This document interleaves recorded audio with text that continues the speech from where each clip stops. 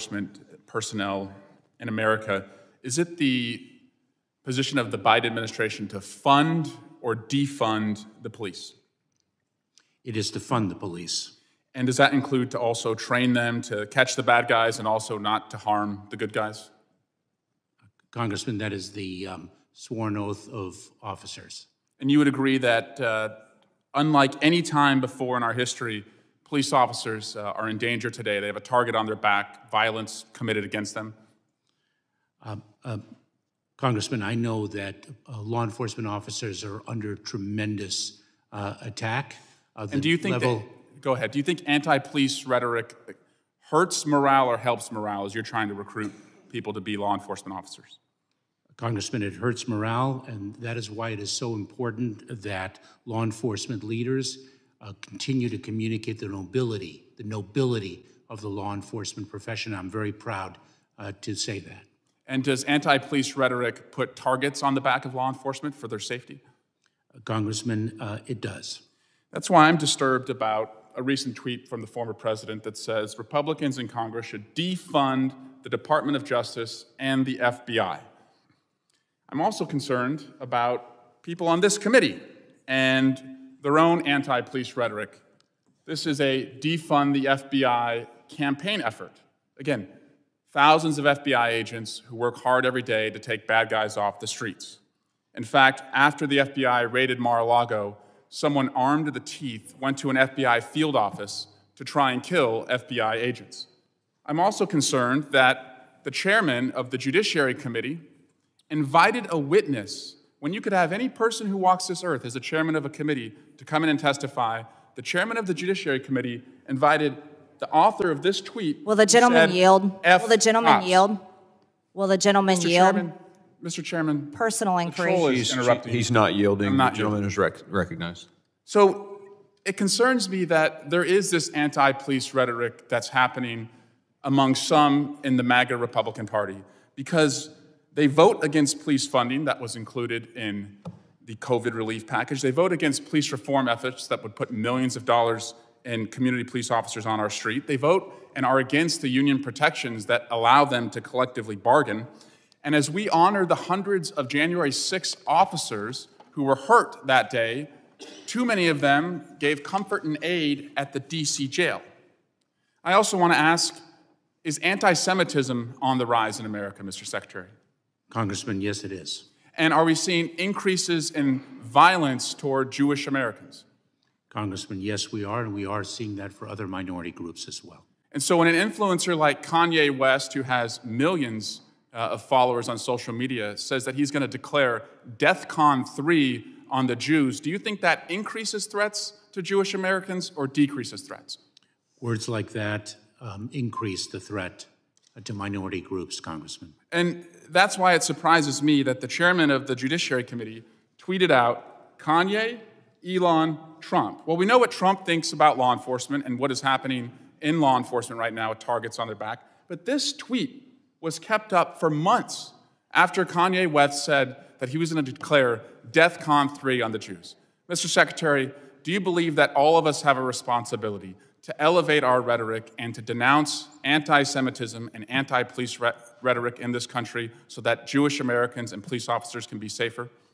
Congressman, I do. Thank you, and I yield back. The gentleman yields, and now I recognize the gentlelady from Georgia, Ms. Greene. That was quite entertaining from someone that had a sexual relationship with a Chinese spy, and everyone knows it. But I move to take her words down.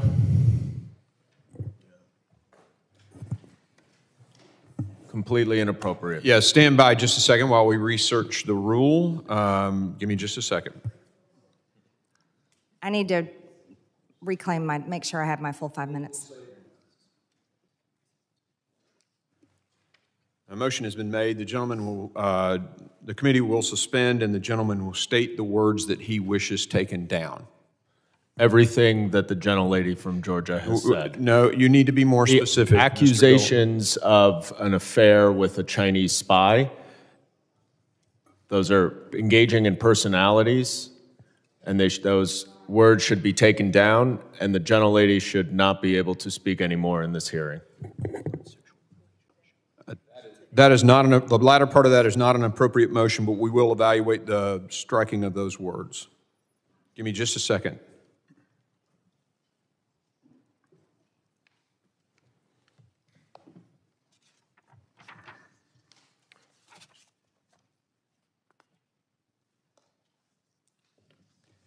The chair recognizes the gentlelady from Georgia and asks if she would like to retract those words.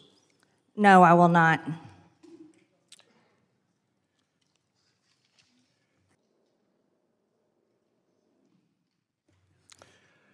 Okay, the chair rules that those words that were spoken are not going to be stricken from the record. Mr. Chair. Mr. Chairman. The gentleman from Mississippi is recognized. I don't think there's any question about what the gentlelady said. I've been on this committee from day one. We've never had an accusation made of any member like that. And I'm appalled at it. We all ought to be embarrassed at it. We are a better committee than what the gentlelady is trying to make of this committee. So I appeal the ruling of the chair. The ruling of the chair has been appealed. We will now, gentleman moves. Mr. Chairman, a point of order. Yep. Right over here. Could you explain what part of those words are not engaging in personalities and what the basis of your ruling is? No, we're going to let the vice chair take over the committee at this point. Thank you. Mr. Chairman, I move to table the motion. There's been a motion to table. All in favor say aye. Aye. Aye. Those opposed say no. No. In the opinion of the chair, the ayes have it, and the motion to table is agreed to. Mr. Chair. The gentleman is recognized. I request a recorded vote. A recorded vote has been requested. Clerk will call the roll. Mr. Chairman, would the gentleman from New York, Mr. Goldman, yield? The clerk will call the roll.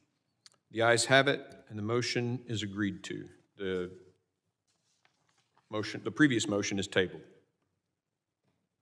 The gentlelady from Georgia is recognized, and we will give her the time. The clock was stopped, and we'll give you an extra 10 or 15 seconds. Thank you, Mr. Chairman. Secretary Mayorkas, since you have been in charge of the Department of Homeland Security, there have been 0 miles of border wall added. There have been over 5.5 million illegal alien encounters at our border, 1.3 million known gotaways, an approximately 870% increase in apprehensions in just one sector of the northern border. American mothers and infants suffered a severe baby formula shortage, all while this administration was happily stocking the shelves for illegal aliens at one of the largest processing centers in the country. American mothers were forced to delay inductions at the Yuma Regional Medical Center because of your policies. They have flooded their maternity unit with illegal aliens. Tens of thousands of migrant children have been forced into slave labor in our country because of your policies. At least 853 dead migrants and counting, the most ever in a 12-month period, died trying to cross the southern border in 2022. And now there are over 300 Americans a day dying every single day, without fail, every single day because of fentanyl, deadly fentanyl, which is the #1 cause of death in young people between ages 18 and 45.